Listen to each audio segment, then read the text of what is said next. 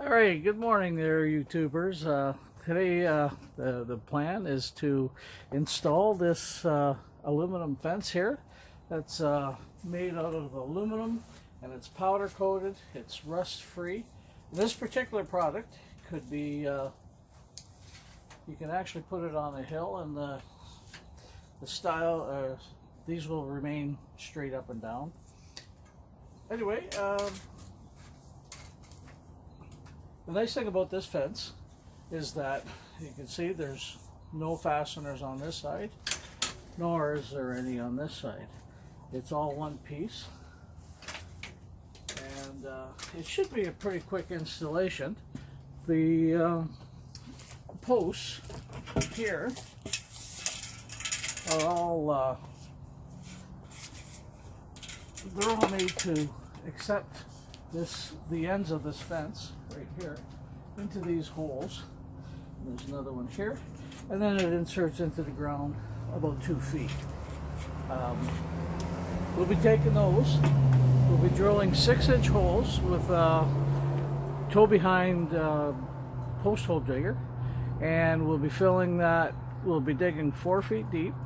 We'll put 6 inches of gravel, and then the balance is going to be concrete up till about just a couple inches below the soil level. That way we can put the soil back in and it shouldn't be affected by the frost. And up here in Sault Ste. Marie, Ontario, the frost does go down quite a bit, so you want to ensure that you're getting it down as deep as you can. 4 feet should be more than adequate. 3 feet is about the worst I've heard frost going down in this area, but going 4 feet, we should be good. Okay, good morning, YouTubers. Welcome and thank you for joining me. Today I'm going to be installing an aluminum fence that I purchased from Lowe's in Petoskey. I'm going to be, this is the fence just right here. It's aluminum, it's powder coated, so it should be corrosion free and maintenance free. What we're gonna do is we're gonna drill 4-foot holes where we'll sink that down into the ground. At the bottom we'll put 6 inches of gravel, and then we'll put 3.5 feet of concrete. These panels are very nice to work with. They work in connection with these posts, and I don't know if you can see it, but oh yes, you can. There's the holes are already in the posts. Now you've got corner posts and you've got inline posts. This is an inline post, so it has holes on both sides. Corner post would have a hole here and hole here and a hole on the side, obviously. And these panels will just slip right into those, and then that's secured by putting in the next post. The other nice thing about this fence, these fence panels, is if you are installing them on a hill, you don't want to have your balusters going on an angle there. But what you can do is, so they just slip like this, and making it for a perfect installation. Anyway, we're going to get started here. I've got a few things I've got to go pick up at the lumber store in order to prepare this. We're going to run a string, make sure we're good and straight. I'm going to be connecting it to the end of this wooden fence and going out to the road. Another thing that I want to mention too is that because we're on a corner lot here, there are bylaws as far as the height of the fence. I believe within our municipality, once you get 9 meters away from the edge of the property, you can only have the fence 30 inches high. And obviously a 30-inch fence is not going to do anything for you as far as security or privacy or what. And the idea behind this is to actually prevent people or deter people from taking a shortcut across our lawn to go down the other street. And hopefully this works, and hopefully it doesn't get damaged, but it seems to be a very good product, very strong, very rigid, and I don't think it's going to be easily damaged. The other nice thing about this is, well, what I had to do was I had to go get a bylaw variance, a minor variance, which cost about $500 to do that. And I also ran the risk that they wouldn't approve it, which I would have lost that $500. Anyway, because this fence is basically transparent and it is 4.5 feet tall, the appearance is much nicer than a chain link fence. It's pretty much transparent because you can see through it, so it's not going to obstruct the traffic on either corner, and it's just going to look nice, and that's what we're aiming for. And the other thing too is the shape of it, with these squares here, kind of match up with the private, or the wooden fence that we've put up in place already. So, with having said all that, I've got a few things I've got to do. I've got to go to the lumber yard and just get a few other things, because I'm going to want to make sure that when I install the fence off the end of this one, I want it to be straight and parallel with this here original fence. And I want to make sure it's level, and because I think those little details, if they're not done properly, will make your fence look like a poor quality fence. So having said that, let's get at her. Okay, one of the first things you're going to want to make sure you do before you dig is to have ground locates. You want to locate the utilities in the ground before you go and dig. You certainly don't want to dig into any hydro lines nor gas lines. But here in Ontario, we have Ontario One Call. You call them and they'll make arrangements to have all the utilities and all the services marked out for you and make sure it's safe to dig. Along that edge of the property, I actually have some buried hydro cables. There is a water main, and from the telephone pole going over across the front of the property is a gas line. Luckily, we're at least a meter to 3 feet away from those hydro cables underground, and we will end up probably a meter or a meter and a half this side of the gas line, so I should be good to go without hitting any utilities, and that brings good peace of mind and looks out for my safety. So remember, call before you dig. What we're going to be doing to dig the holes, I'm using this toe-behind post hole digger. I rented it from our local big box store, and it looks like it's a good unit. Before I brought it home, it was tested, it was checked out by the store clerk, and everything seemed to be in order. The auger will attach to this shaft, and this pin will come out of here. Let's redo this. There we go. And pull this pin out. And this allows for the hydraulic drive to turn the auger here. And with the weight of the auger on there, it'll be a little bit easier to force down. But you bring that down until you're at your proper depth and bring it back in. Being the weight of the motor on that end counterbalances, makes it a lot easier to run. It can be worked with one person, and if you're like me, typically most of the jobs you do are by yourself or with the help of your wife. And I have to say, my wife is absolutely fantastic, and she'll help me whatever way she can. The other thing that we've got is these bags of concrete over in the utility trailer here. And I've got 10 poles, 9 posts that will be going in the ground. And I was told, always, rule of thumb is 2 bags per post. But I did some rough calculations myself, and I'm thinking it's just over a bag. 1 bag will hold in and around half a cubic foot. So a 6-inch hole, and I'm looking at going at 42 inches of concrete, is going to take about 0.6 plus or minus a little bit cubic feet of concrete.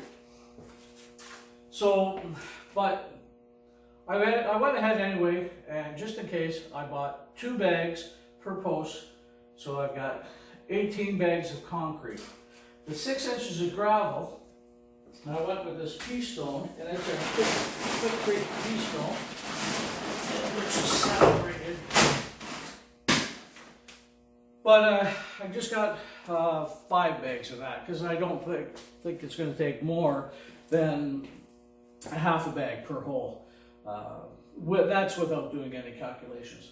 But regardless, it's not real critical. As long as you have 4 to 6 inches at the bottom of your hole, that should be plenty. That allows for drainage and also prevent, and if it's drainage, that water up below there won't freeze and force your concrete up, causing your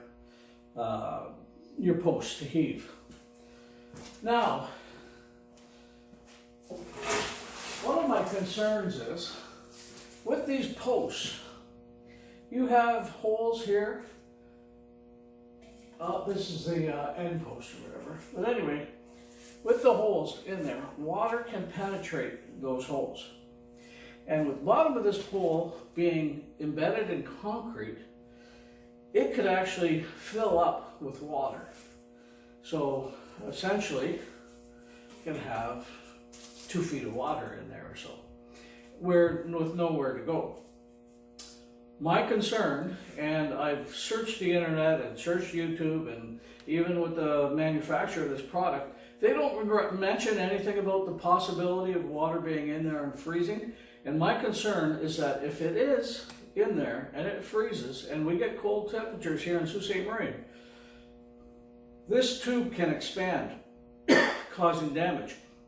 And I'm concerned that from this hole down, it can actually blow out and round this square tubing out. So what I've come up with, and not everybody may agree, but I think it's a good plan, is I've filled, and also hopefully you see that, I filled the bottom of this, or the inside of the square tubing, with pipe insulation, and I filled it right up to that hole. Therefore, it's going to take up a lot of the volume inside here. It's closed cell membrane that, or foam, that won't absorb water. Now, if there is water in there and it freezes and expands, it's going to want to expand in all directions. However, the foam, which hasn't absorbed any of the water, can compress. And it's a lot softer than the outside of the aluminum. Therefore, the foam will compress, leaving the outside intact, and I believe it'll save the fence. So I'm not sure if it's going to work. I hope so. It's certainly not going to hurt because it's not affecting anything in here. So that's my particular tip for this product. I'm going to do it, and hopefully it works. Thank you.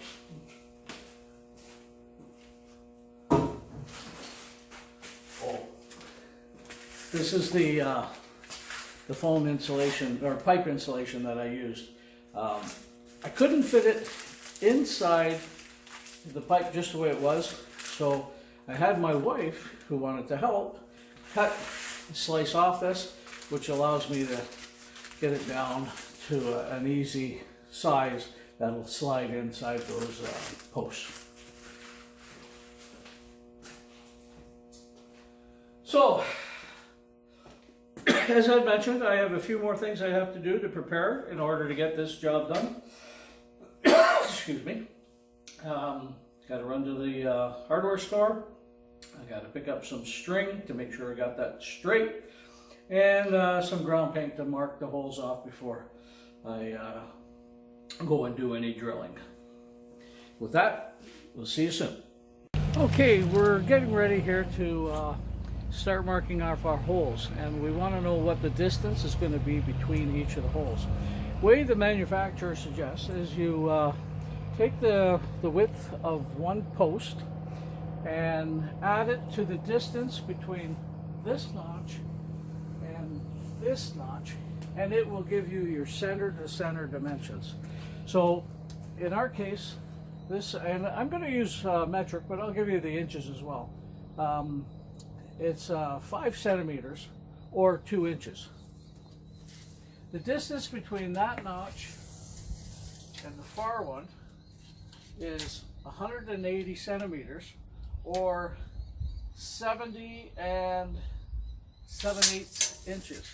So you can see using imperial is going to be a little bit more difficult to calculate it, but using the metric system, using that 180 and the 5 is 185. So therefore it's going to be a lot easier for me to go and calculate 185 centimeters spacing on that using that long tape measure.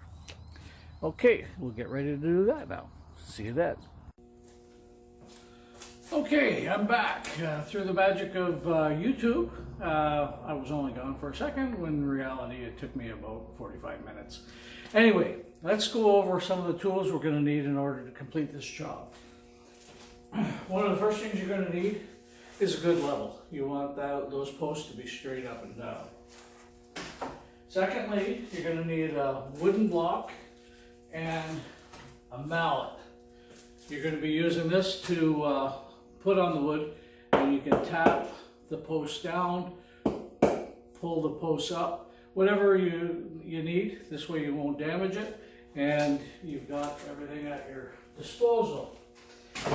Another thing that's it's not necessary, but will be a great help when you're digging your holes, is you want an inverted marking paint. You can this can will spray straight up and down, and you can mark the ground where you're going to be working and drilling. Another thing that you're going to want to use is a highly visible string. I'm going to run this from the original fence out to the end, or just beyond where the fence is going to go. This is going to ensure that I'm parallel with the existing fence, and I'm going to keep everything on the straight. The other thing you want to do is, this is a Stanley level. This is a line level. This will attach to the string, and I can use this as a level line for the entire distance. That way I can tell, I keep the fence as level as possible, or I can bring it down as I need it to coincide with the level of the ground. I'm going to try to keep the fence all one level. I may not be able to. Hopefully I don't end up with a large gap on one side and nothing on the other. One other tool that is, I think, critical in this is a measuring tape, a large measuring tape. This one here is good for 200 feet. In this particular case, I'm going 9 sections of fence at 6 feet, so I'm going to need at least 54 feet. Not too easy to do with your regular tape measure. It's possible, but this would be more accurate.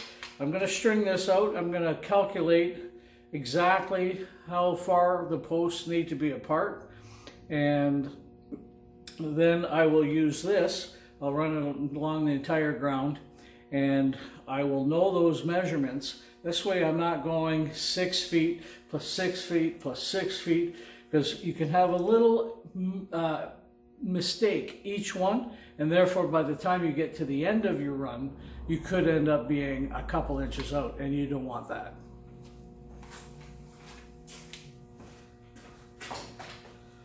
Okay, Well, I think I've got just about everything prepared. I'm going to get out there and get started on this. See you there. Okay, I'm just about ready to start marking out the holes. I've got the string laid out, which I'll show you in a second, but I'll show you that I calculated all the dimensions of where those holes are going to be, and hopefully you can see that. But I started at 2.5 centimeters because I'm going to be attaching to this post right here, and that post being 5 centimeters, half of that to get my center line is 2.5 centimeters. And I've added 185 centimeters to each of these dimensions. That way for sure I know my first post is going to be at 187.5, second 372, so on and so forth, all the way down to, and I've got 9, but I did 10 just to be on the safe side. 9 holes, it's going to be at 1,667.5 centimeters.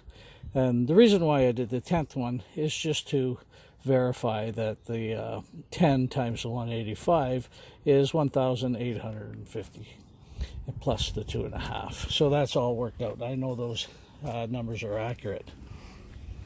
So here, hopefully we can see this. I might just pull you out of the stand there for a second. Attached it to the post or the peg that I stuck in the ground right here. And now, as you can see, hopefully, that it is perfectly in line with the original fence.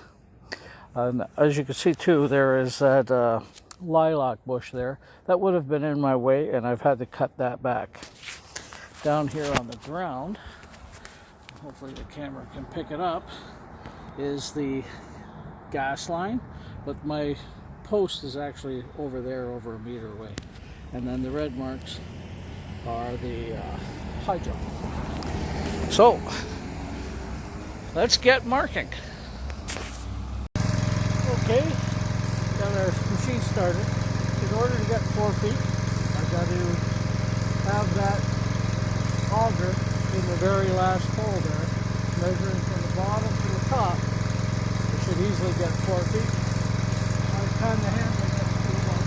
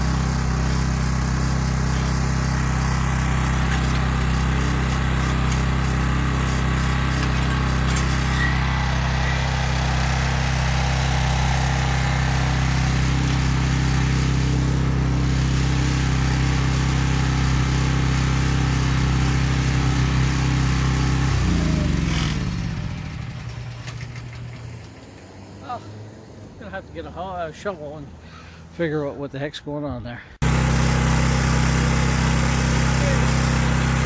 marked this 2x4 at 4 feet. And once I put that down in the hole, I use that mark.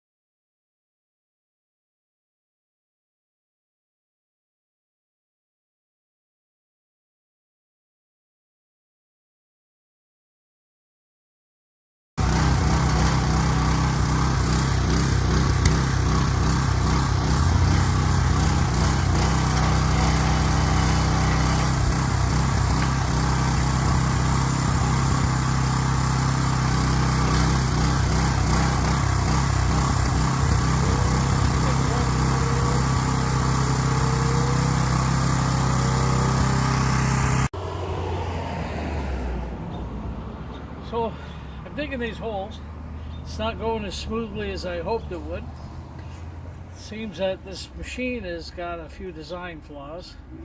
It works perfectly on a flat hill, but not, or on a flat terrain, but not on a hill, because the wheels got to move back as it goes down. Unfortunately, if I put it on the other side of the hill, then the auger is way down too long. So the auger is long, and it's heavy. It's not easy for two people or one person to use. It really is a two-man job. But I'm prodding along here, and I've got just 2.5 more holes to do. So hopefully next time I see you, I'll have all the holes drilled.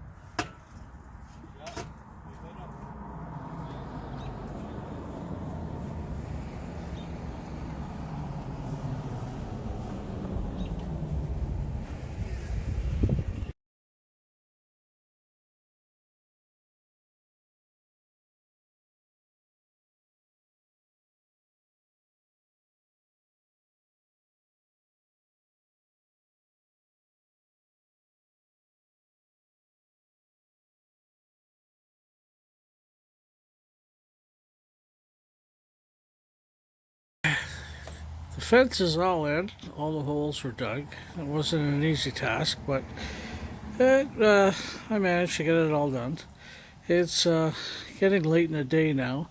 None of the posts have been concreted, and there is only one screw per post, or one on each side of each panel. So anyway, that's holding it in place.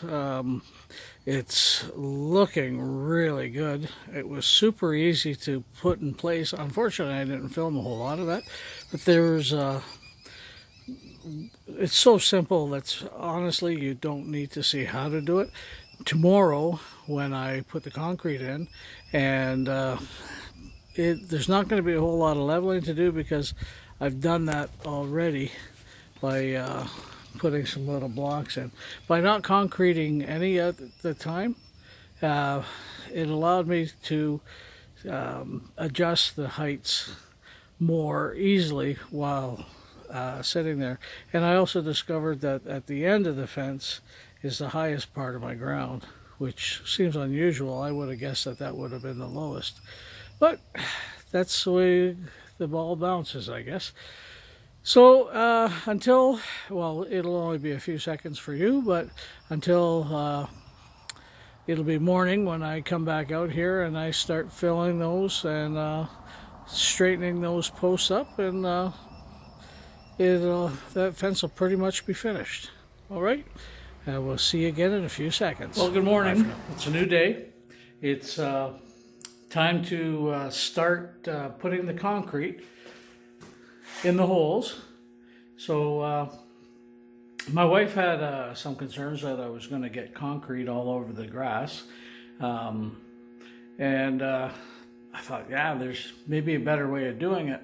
So she came up with an idea of having something that will funnel the concrete into the holes. So what I've done is I took her idea, and let's see if I can get this in focus here. There. I made a funnel here that will allow me to pour the concrete onto here at a higher level. It'll go down, and this is 6 inches at the bottom, which is the width of the holes. So just made out of some scrap wood, and I think it's going to work, hopefully. If not, well, it's was only about 10-15 minutes lost in making that up. So we'll get at her. Okay, where we're at now. So just getting ready to level those poles. What I got all the poles sort of pushed back out of the way. I have the very end one perfectly square and perpendicular. I used the level to make sure that it was that. And now I'm going to go and set the first post. I've got a couple pieces of wood to assist me in keeping that perpendicular once it's, you can see these pieces of wood here. And then I've got the chute pointing down into the hole. And now I'm going to use the string to measure at the beginning here, which you don't see. I'm measuring 7/8 off the post to the string. So if I set that post 7/8 to the string, then I can check the level, make sure it's perpendicular, and start filling it with concrete.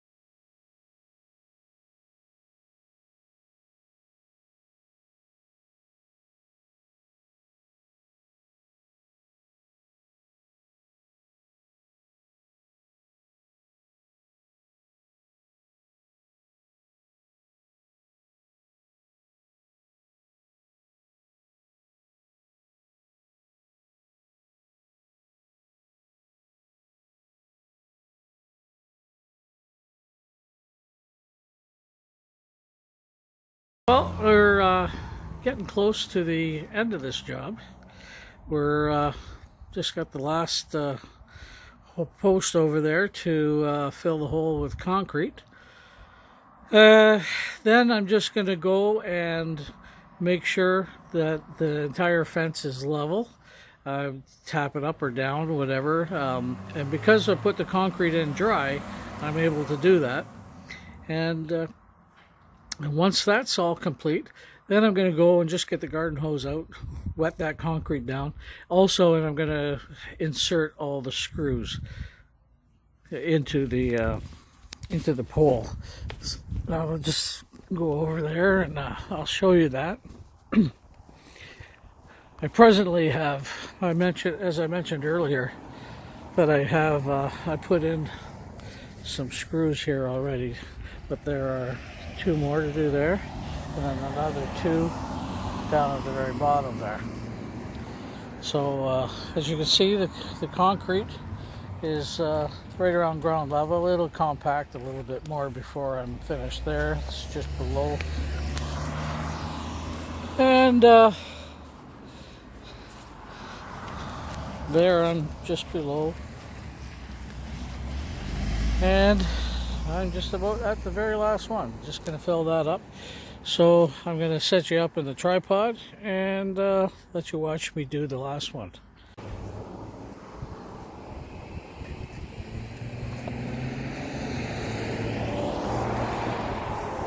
I'm going to be right in your way. So we'll take a look, set you up over here.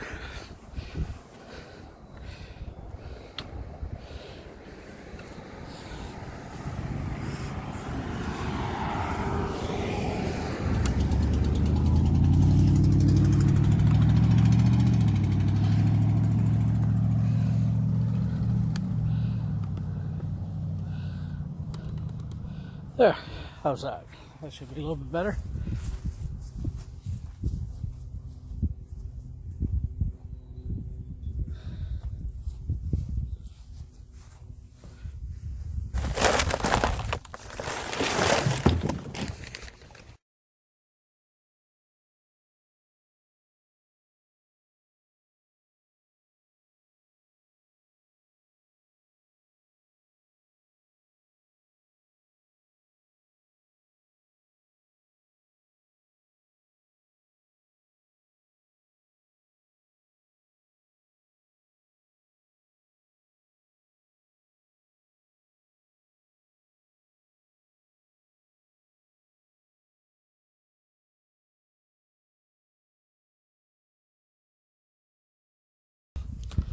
Okay, well, I got that all set up now.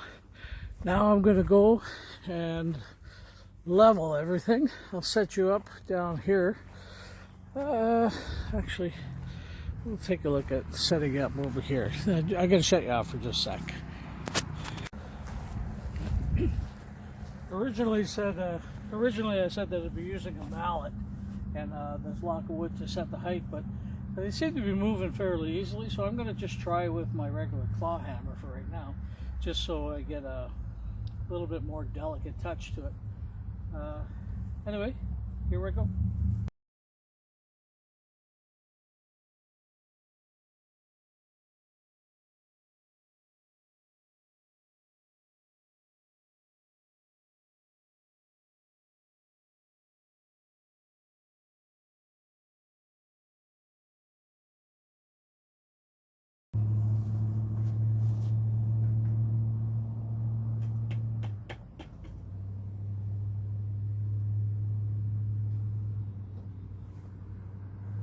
Okay, that's looking really good.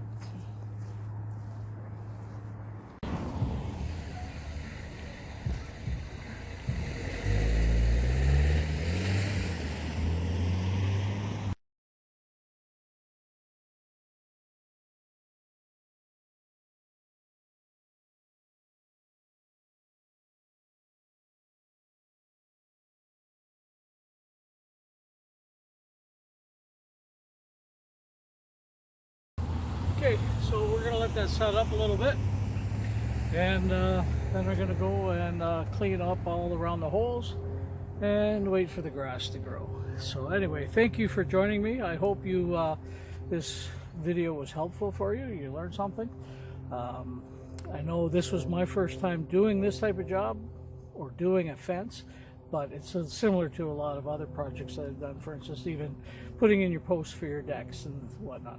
So anyway, thanks for joining me, and if you like this, click like and subscribe and share. Thanks. Bye for now.